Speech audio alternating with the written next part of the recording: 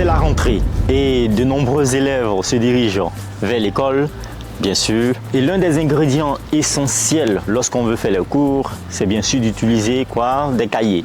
Le cahier est composé de papier et il faut savoir que le papier n'est pas seulement utilisé en classe, il est utilisé pour lire le journal. Le papier est même utilisé dans le carton par exemple. Oui, le carton est composé de papier et on utilise le papier toujours dans notre quotidien. Mais est-ce qu'on sait comment est-ce que le papier est fabriqué? Est-ce qu'on sait comment est-ce qu'on réussit à tirer cette fine couche? Oui, parce que il faut savoir qu'au début, on n'écrivait pas sur des papiers, on écrivait sur des tablettes de pierre, sur des peaux d'animaux, etc., etc. Et aujourd'hui, on réussit grâce à l'évolution maintenant à faire du papier parce que c'est un support presque parfait pour marquer quelque chose. Lorsque vous voulez faire une lettre par exemple à votre cher amoureux ou lorsque vous voulez faire une lettre à votre parent, surtout dans les temps anciens, on utilisait le papier. Le papier est un outil très important. Mais comment est-ce que se fait la fabrication du papier? C'est ce que nous allons voir aujourd'hui et dès maintenant.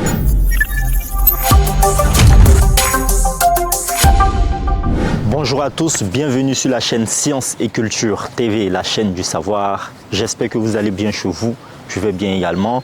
Si c'est la première fois que vous nous découvrez, alors mon nom est Broumac Stéphane Amoni, présentateur de cette chaîne. Vous pouvez aussi nous retrouver sur Facebook, Science et Culture TV, sur TikTok, Science et Culture TV, sur LinkedIn, Science et Culture TV et bien sûr sur YouTube, Science et Culture TV. Ici, nous développons plusieurs thématiques comme la science, comme la culture. Exemple, comment fonctionne le réfrigérateur, comment respire un ver de terre et comment est-ce que les feux d'artifice, par exemple, polluent l'atmosphère. Donc, on aborde plusieurs sujets ici d'actualité et vraiment du quotidien. Donc si vous voulez savoir comment fonctionne votre micro-ondes par exemple, bien, vous êtes au bon endroit. Si vous voulez savoir en fait comment fonctionne le chauffage dans une maison, vous êtes au bon endroit. Science et Culture TV est la plateforme qui vous explique tout. Absolument tout ce que vous voyez au quotidien, pollution atmosphérique, en rentrant dans les phénomènes qui se déroulent dans les différentes maisons, en rentrant aussi dans les phénomènes qui se déroulent par exemple dans la vie quotidienne, nous expliquons ces phénomènes ici. Nous abordons aussi des points culturels comme l'éducation par exemple, comme l'histoire de la science, découverte de certains instruments ou encore de certaines maladies. Et nous étudions aussi certains personnages historiques scientifiques comme Eddie Lamarr par exemple. Vous pouvez retrouver toutes ces vidéos sur notre chaîne YouTube Science et Culture TV. Bienvenue. La première étape déjà pour fabriquer du papier, c'est déjà d'aller dans la forêt. Oui, parce qu'on réussit à faire du papier grâce aux arbres. Les arbres que vous voyez là, vous pouvez voir un arbre derrière moi actuellement. Voilà, on réussit à faire du papier grâce à ces arbres qui sont là, ou grâce à ces arbres aussi qui sont là. On va vous montrer un peu ces arbres là et on revient. D'accord? Donc là, vous pouvez voir tous les arbres qu'il y a.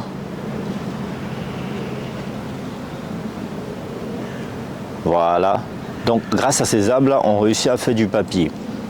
Grâce à tous ces arbres que vous pouvez voir là maintenant à l'écran, on réussit à faire du papier. Alors, il faut savoir que pour faire du papier, on n'utilise pas n'importe quel arbre. On utilise généralement l'épicéa ou le pin ou encore le bouleau. Oui, ce sont les différents noms des différents arbres que nous utilisons pour faire du papier. Alors, pourquoi on utilise l'arbre pour faire du papier? Parce qu'en fait, les arbres contiennent ce qu'on appelle ici la cellulose. La cellulose, c'est quoi? C'est une grosse molécule, si vous voulez, c'est un polymère. Et en fait, c'est cette molécule, c'est ce polymère qui est l'ingrédient principal du papier.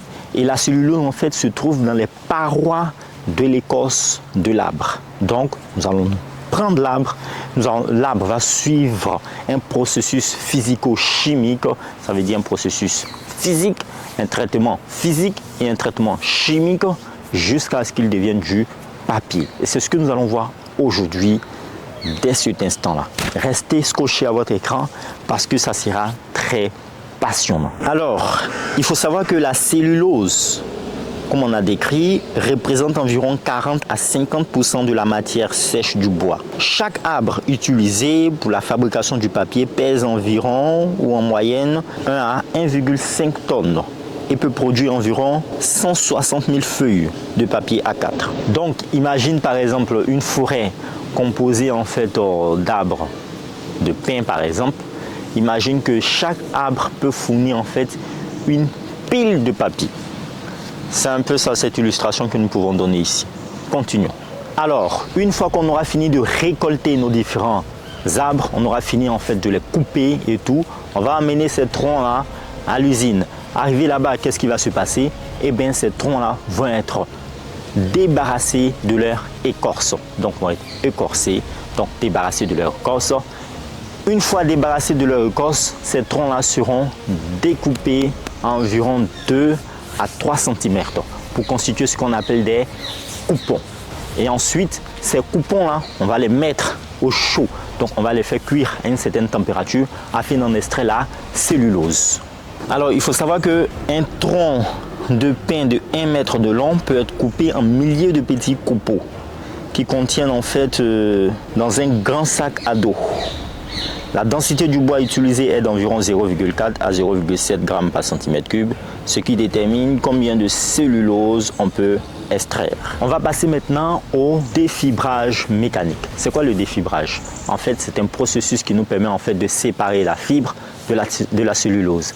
Après avoir coupé les différents morceaux de bois en petits coupeaux, nous allons passer maintenant au défibrage mécanique ou encore au défibrage chimique. Ça dépend des deux méthodes qu'on peut utiliser ici. Alors, pour le défibrage mécanique, qu'est-ce qui se passe? On va prendre ces coupeaux-là. Ces petits coupeaux-là sont broyés dans un système mécanique afin de séparer en fait la fibre de la cellulose. Alors, cette méthode est bien sûr économique et pratique, mais sauf qu'on obtient ici encore de la lignine lorsqu'on finit de faire du papier. Alors, ça veut dire que le papier en fait sera d'une qualité inférieure. Exemple, les papiers de journaux par exemple. Ces papiers-là sont de qualité très basse. Il y a aussi une deuxième méthode. Pour obtenir un papier d'une plus grande qualité, on va passer maintenant au défibrage chimique. Alors, ce processus consiste à quoi? À prendre les coupeaux qu'on a obtenus après le tranchage, on va les mettre dans un traitement chimique. Donc, on va les mélanger avec de la soude caustique et aussi avec du Na2S, ça veut dire le sulfure de sodium. Ce procédé appelé procédé Kraft se déroule dans un récipient qu'on appelle ici le digesteur. Alors ici, ces deux solutions chimiques vont permettre en fait de séparer de manière précise la lignine et la cellulose pour obtenir bien sûr un papier d'une haute et d'une grande qualité. Donc ça c'est la méthode chimique.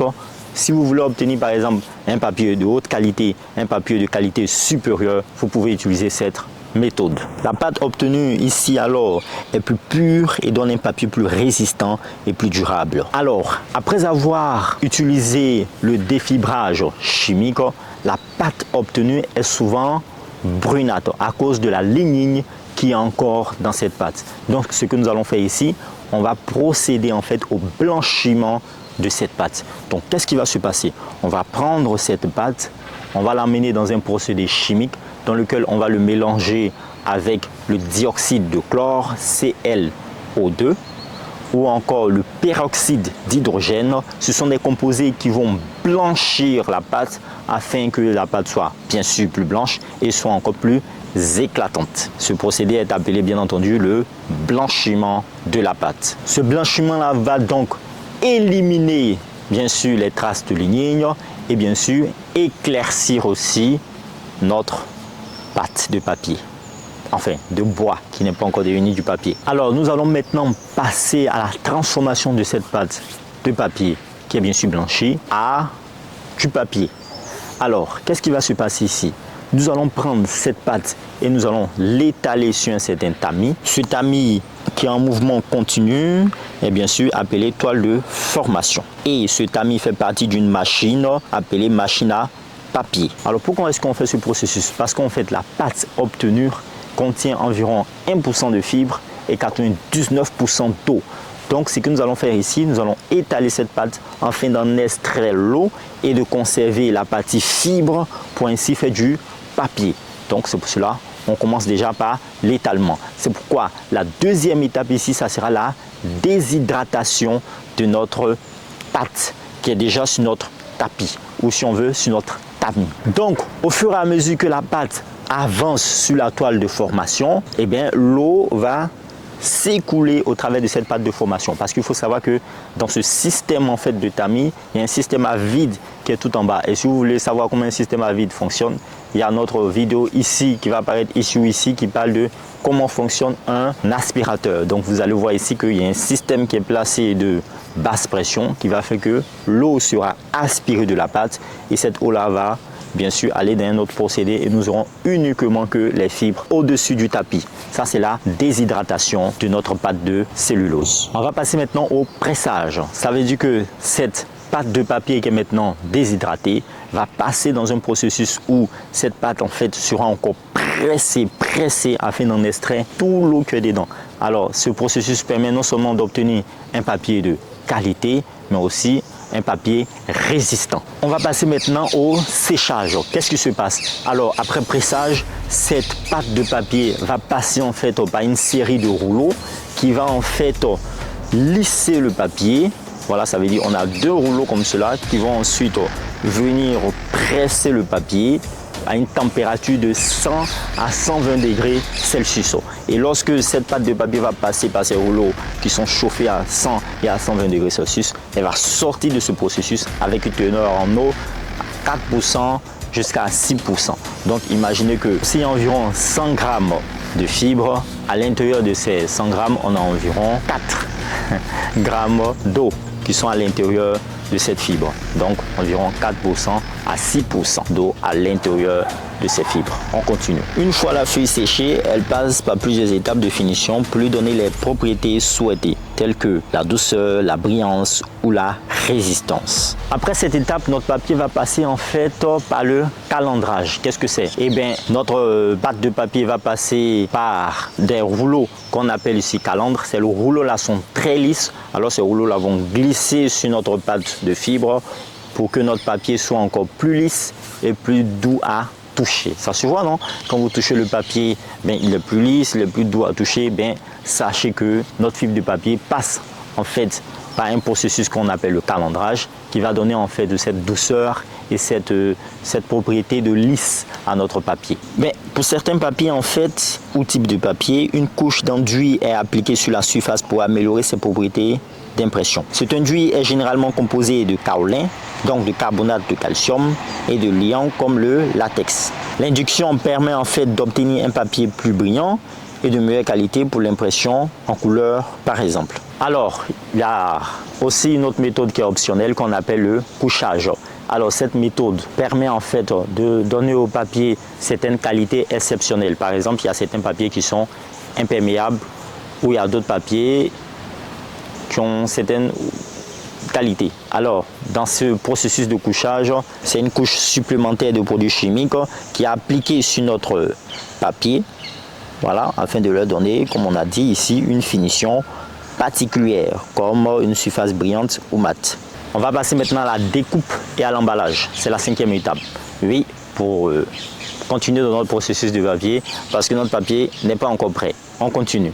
Alors, on va passer maintenant au bobinage, parce qu'il faut savoir que notre papier en fait sort de notre processus par une longue feuille. Donc, imaginez que ça peut être une longue feuille de cette taille, voilà, donc ça sort de notre machine et qu'est-ce que nous allons faire? Nous allons prendre des grosses bobines et nous allons enrouler cette longue couche de papier autour d'une bobine. C'est ce qu'on appelle le bobinage. Après le bobinage, ces rouleaux sont ensuite coupés en format plus petit selon l'usage final du papier. Par exemple, pour le papier d'impression standard, les feuilles sont découpées en format A4 ou A3.